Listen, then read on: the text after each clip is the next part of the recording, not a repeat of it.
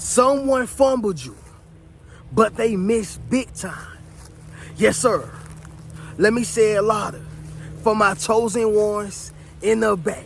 Listen, family, someone fumbled you. They missed big time, right? Somebody drop in the comments and say you fumbled me. Yes, sir. Make sure you drop in the comments, family, and say you fumbled me. Now, let's take this thing back, y'all, to football, right? Because that's where the fumble originated from. See, when a person fumble, it simply means that they wasn't holding the ball correctly, right? They wasn't holding it tight enough. And maybe they were frivolous with the ball, meaning they were just careless and they allowed somebody to rip them, strip them, okay? And see, that's what happened to them, y'all. What happened was they were carrying you frivolously, right? They handled you carelessly. And what happened was they either A, allowed somebody else to have you, B, they allowed you to do the self-work on yourself and get better, okay? Or C, they allowed you to price yourself out, which means you became too rich for their blood. Yes, sir. Somebody drop in the comments and say I'm too rich for you. Yes, sir. Make sure you drop in the comments, family, and say I'm too rich for you. Reno, but I thought you said it wasn't all about the money. It's not.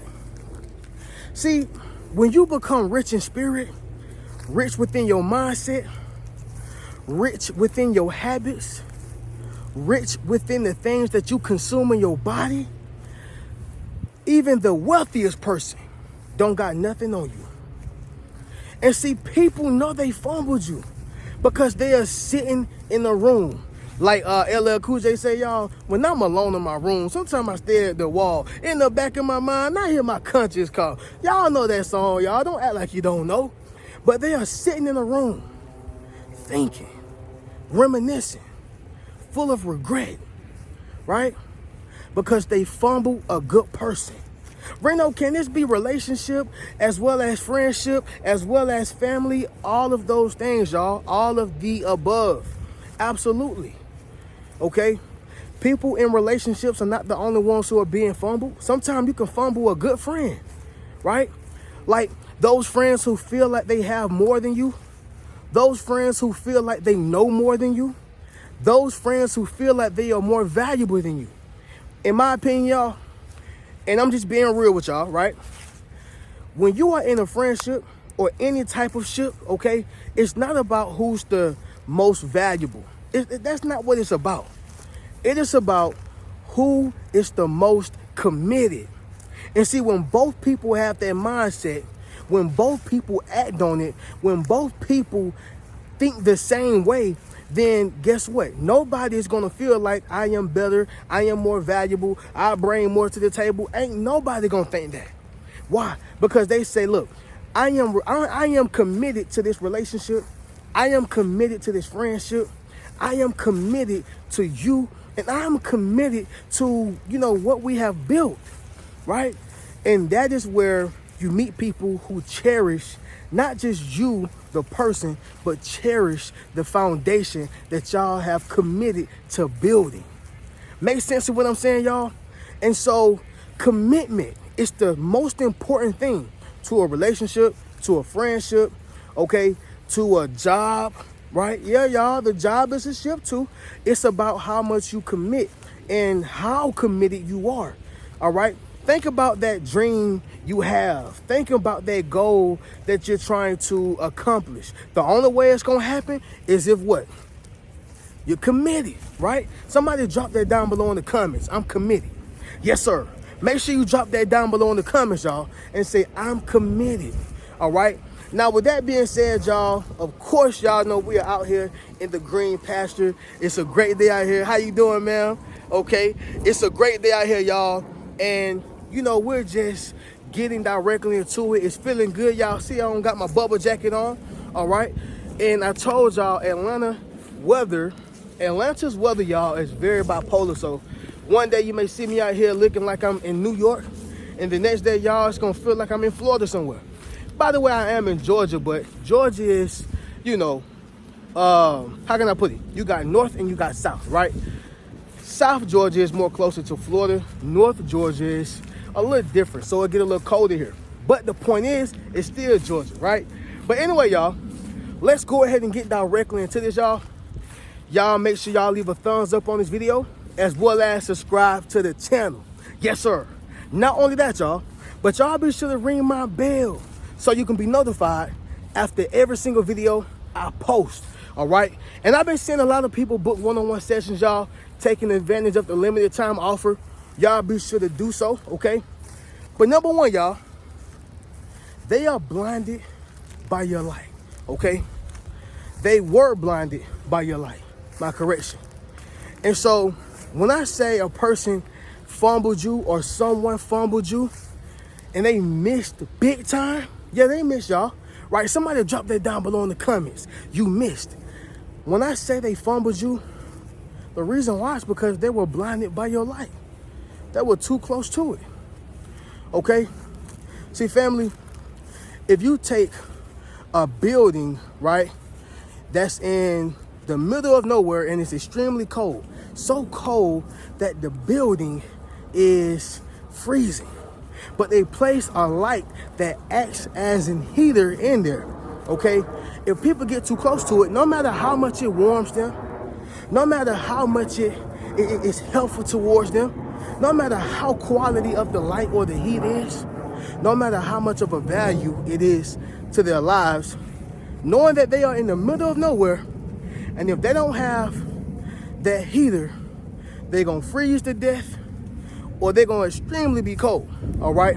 Breno, what is your point? The point is, y'all, sometimes people can have everything they need right in front of them. However, if what's in front of them is too bright, if what's in front of them is too much, if what's in front of them can't be seen, then they're going to misuse it. Then they're going to abuse it. And they won't even understand the importance of it. And that is what you just went through in that relationship. That is what you just went through, you know, at that job. Your light was so bright that anybody who got close to it, it blinded them. And they had to close their eyes. And all they could do was hear you talk. All they could do was just hear the sound of your voice. All they could do was just hear the things that you were saying, not realizing that you was not just speaking out of your mouth, but you were speaking from your heart. But they were so blind that they couldn't see it. Somebody drop in the comments and say you couldn't see me, right? I'm gonna pick on the fellas for a second. A lot of times, fellas, we choose a woman by her looks. And that's the way God designed us, right? I'm just giving y'all a little game, ladies. That's how God designed us. He designed us to be very, very visual. And even when you go back in the day and you think about Samson, right? When you think about Samson, he met the first girl and she was a Philistine. But I think how they portrayed it as if she was a good one, okay? But anyway, they end up killing her. I think they burnt her alive or something like that, according to the movie and according to the scripture and literature that was written, right? But then he met Delilah, the one who betrayed him, the one who lied to him, the one who had a motive, okay? I'm going somewhere with this, y'all. He chose her because he was visual. And naturally, as men, we are visual. See, I want to say this to all my young brothers, even my older brothers. We have to choose women not by how beautiful they are, but how knowledgeable they are. Not because she got a PhD or a doctorate, but because she understands what it means to be a Proverbs 31 woman. She understands what it means to be virtuous. She understands what it means to be righteous. She understands what it means to be submissive. Not submissive so he can control you, but submissive so you can allow him to lead gently and correctly, right? Gently and correctly. I done made up a word here, y'all. But the point is that we won't be able to see that type of woman if she's too bright for us, okay? And if she blinds us, then all we're going to see is her looks. You have to be willing to see her for who she is.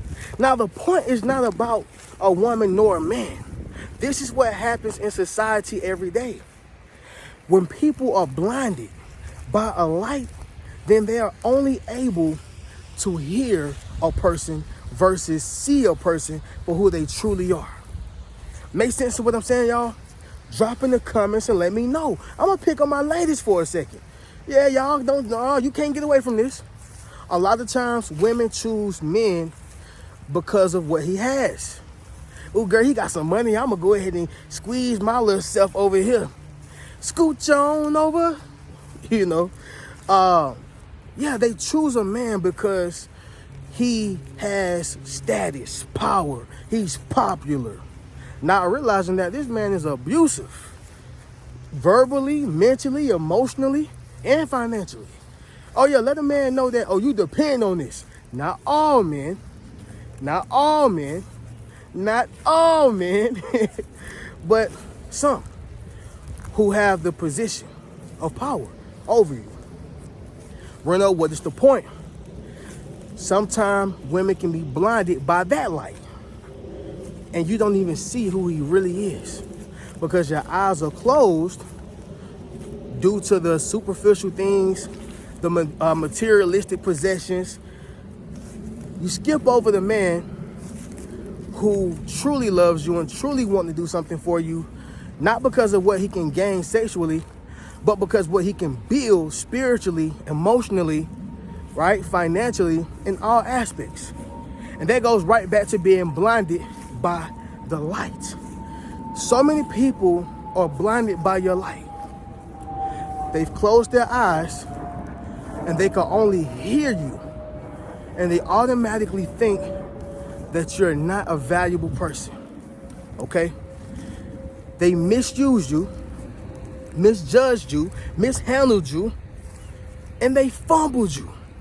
Somebody drop in the comments and say you fumbled the bag. All right? Number 2, y'all, it's gonna be this right here.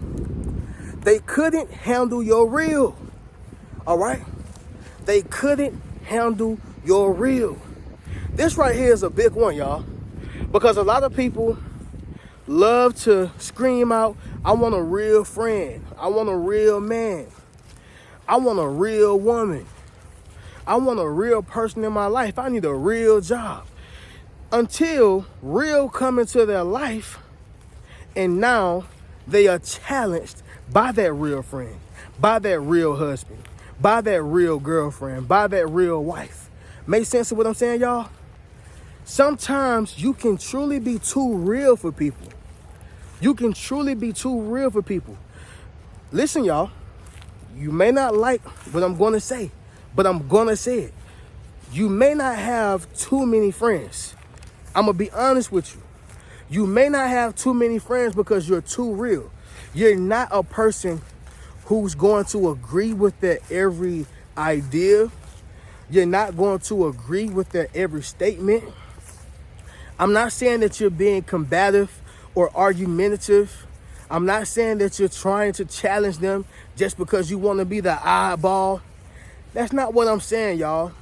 What I am saying is, when you come to the table being yourself and not what other people want you to be, then a lot of people won't be able to handle your real. They can't handle you. And that's why a lot of times people don't invite you to the functions. That's why a lot of times people don't give you the award.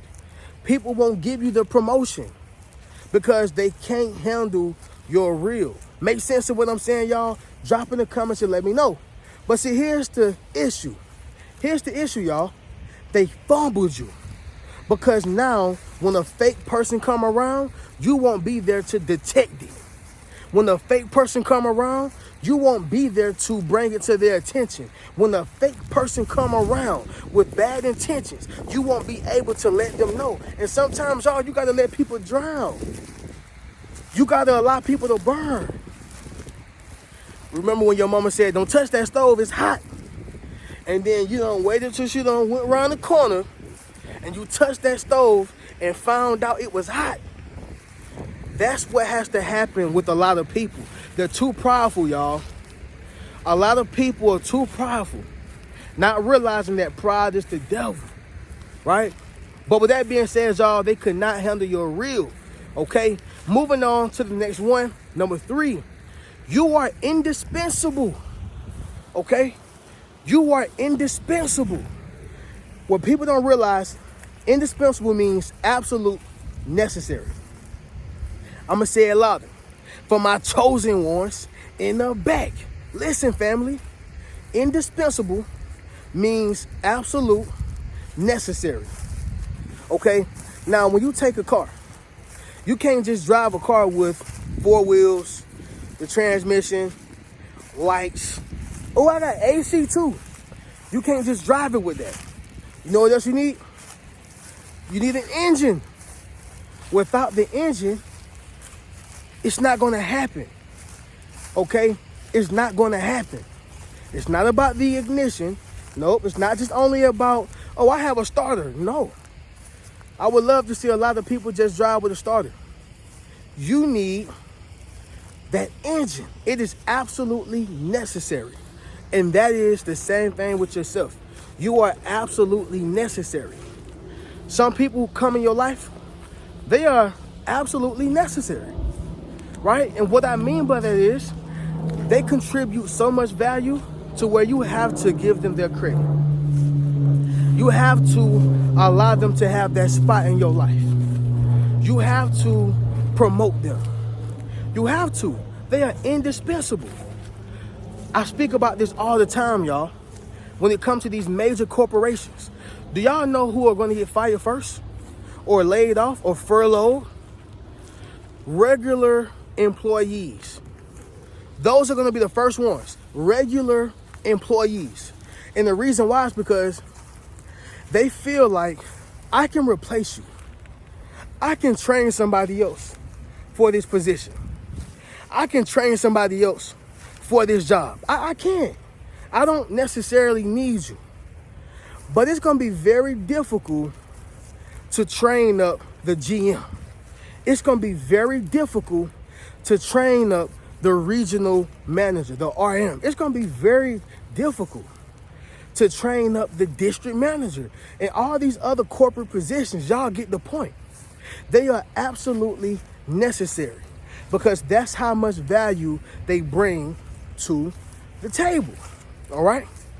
Number 4, they are scared of your power. All right?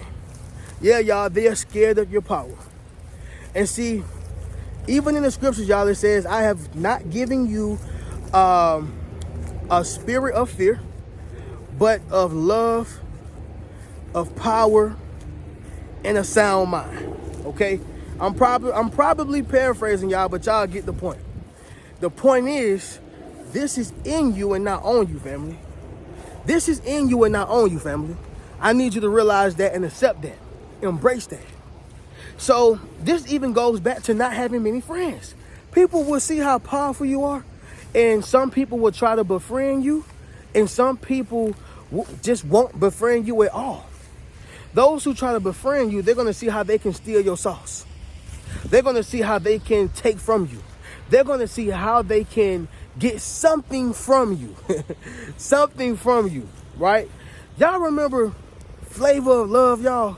Don't say y'all don't. I know somebody do. Flavor Flav. Y'all remember that? Y'all remember the episode when New York came back? And I think the last top 3 girls were Crazy, New York. Her name was actually Crazy, y'all, by the way. Crazy, New York, and Delicious. And what New York's strategy was, I'm going to go to the most gullible, which was Crazy. And I am going to not only I'm not only going to go to her because she's gullible, but because she's also my competition too, because Flavor Flav was very attracted to her, right? Y'all stay with me. And what she did was she caused some type of confusion so she can divide and conquer, and it actually worked and got someone else sent home. But she did all that because she was scared of the power of Crazy. Now, the reality was, y'all, Crazy was only there for a music career and for her television career. It was not about anything else. It was not because she was so in love with Flavor Flav. And we all know how Flavor Flav looked. But that's besides the point. The point is, when people are scared of your power, they're either going to try to befriend you, to steal from you, take from you, confuse you, or they just going to stay far away from you because they are intimidated, right? Next one, y'all, it's going to be this right here. Number 5, they are in competition, okay? I know this sounds so cliche, y'all, but this is the truth. They are in competition. And this is how a person fumbled their bag. Because instead of being in competition with your partner, you should be in collaboration with your partner. Let me say that once again, y'all. Instead of being in competition with your partner, you should be in collaboration with your partner. Now, I'm going to say this, y'all. Y'all ain't never really seen me collaborate with no other people in my niche or people who do the same type of work that I do, right? But I guarantee you, y'all, it's not because I don't want to. It's not because I'm like, man, I ain't trying to be around them people. Now, the reality is the industry is fake, y'all. Yep. And that goes for social media as well. The internet is fake as well. So people can portray like they're your friend or portray like they're happy for you, but in actuality, it's still competition. But what I understood is the higher up you go, the more it's not really about competition. It's really about collaboration. All my ladies, I know y'all like Victoria's Secret. I know y'all like, what it's called? Pink. But those are two separate corporations who came, two separate entities who came together to form a corporation, right? That was a collaboration. The higher up you go, the less you're worried about who's going to outshine who's going to get the most attention. No, it's not even about that. It's honestly about how can we financially create barriers? How can we impact the people? How can we continue to climb and go further, right? Now, I know y'all heard the saying, if you want to get there quick, then go alone. But if you want to go far, then go with people. And I immediately think about Martin Luther King and, you know, the guy with Good Trouble, James Baldwin. And I started thinking about Stokely Carmichael and all these guys who were civil rights leaders. They did not do it alone. Martin Luther King did not do it alone. He went with people, and that's how he was able to get the Nobel Peace Prize. That's how he was able to, you know, have his dream to come true. Although he died, he was assassinated, it still, you know, came into fruition. So again, y'all, it is about unity. I say all that to say this, y'all. Some people are just so jealous and envious to where they're not willing to collaborate because I think you're going to outshine me. That really comes from a scarcity mindset. That comes from that mindset of thinking there's not enough men for my ladies. There's not enough women for my guys. There's not enough money out here. There's not enough houses. No, it is enough for everybody, right? God wills us to have everything. And the moment you begin to think abundant, you're going to receive abundant, right? Somebody drop in the comments and say receive in abundance. Yes, sir. Make sure you drop in the comments, family, and say receive in abundance. The reason why they fumbled their bag is because they were too busy being in competition instead of collaboration. You should be collaborating with your friend. You should be collaborating with your business partner. You should be collaborating with your wife, your husband, okay, your boyfriend, your girlfriend. You should be collaborating with your family. It is about collaboration, not competition, all right?